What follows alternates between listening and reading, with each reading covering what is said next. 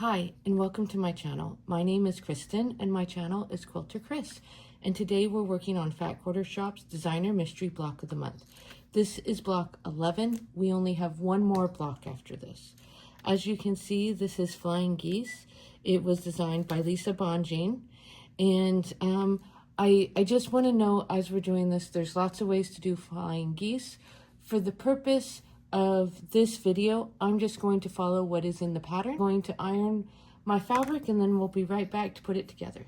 Okay, so we have all of our fabric ironed and cut, and this is a pretty simple block, but sometimes the simplest ones can be the most difficult.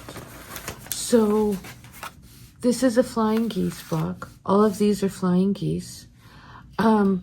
There are lots of ways to do flying geese. You can paper piece them.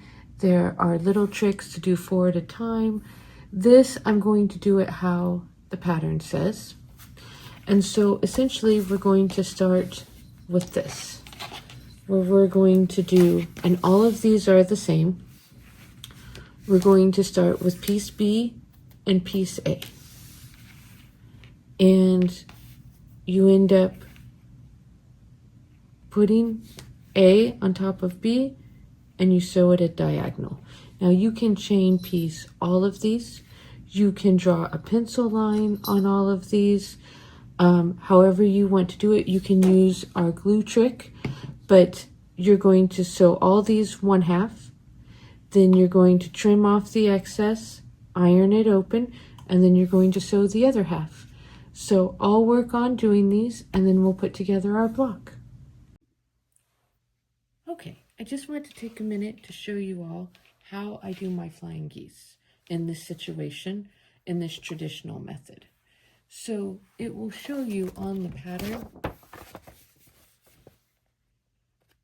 how to put them together. And so, like I said, there are many ways to do that. But I'm going to show you here how to do it based on the pattern. So first, it's important, to me at least, when I do this, that all my fabric is going the same way. So I have all these wrong side up with the line drawn. I have all these right side up. So we're going to glue baste. You just need a little bit of glue. And we're going to set this here. That will hold it in place.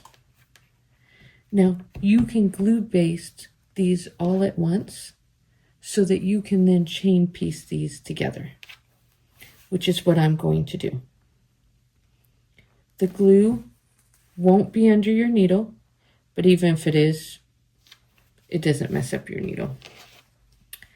But the glue won't be under your needle, and it'll be cut off in your final project. You can also use Elmer's glue.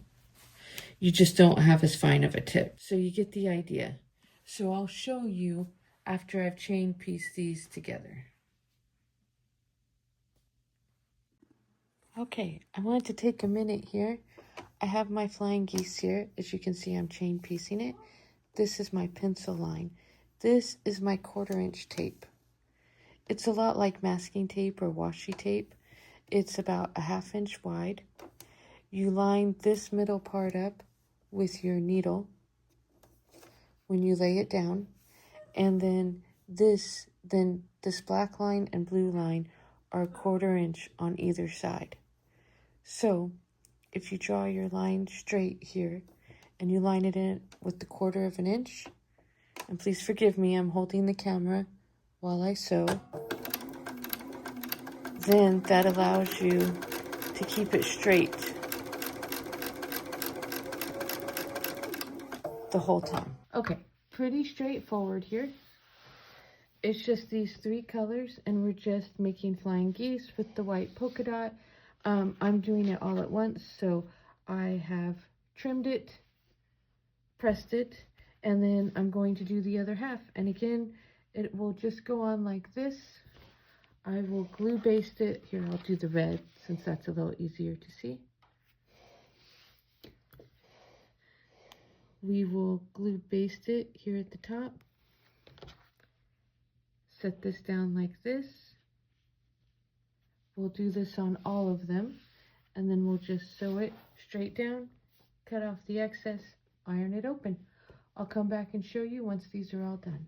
Okay, so after you have your flying geese assembled, the block is pretty straightforward. So the first thing we're going to do is we're going to make these rows of 4 like this, and we're going to make 4 of them. So I'll make these 4 and then I'll come back and show you what I've made. Okay, so what I've done is I chain pieced them in pairs, and I'm going to go and press them together, and then I will chain piece the pairs together to get my rows of 4. Okay, so we've gotten these 4 put together, and you can trim them up and then set them aside. And then the next part is these.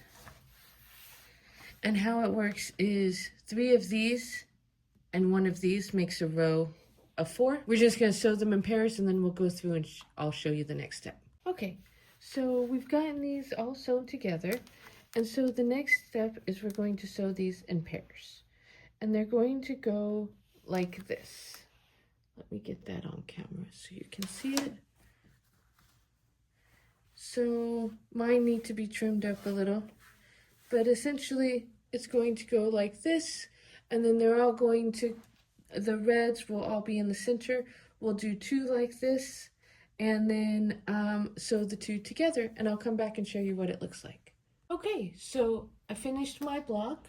Now I'm going to do the borders and the roof, and I want to note my block's not perfect, but I'm pretty happy with it. So I'm going to do the borders, and I'll show it to you, and then I'll sew it to its I'll sew it in its row. Okay, so my block is all done. I'm going to go sew it on the row, and I'll show you what that looks like. Okay, so we have it all done and added to its row. Only 1 more block left in this quilt, and hopefully we should have that done in a week or 2. All right, thanks so much for watching. Bye-bye now.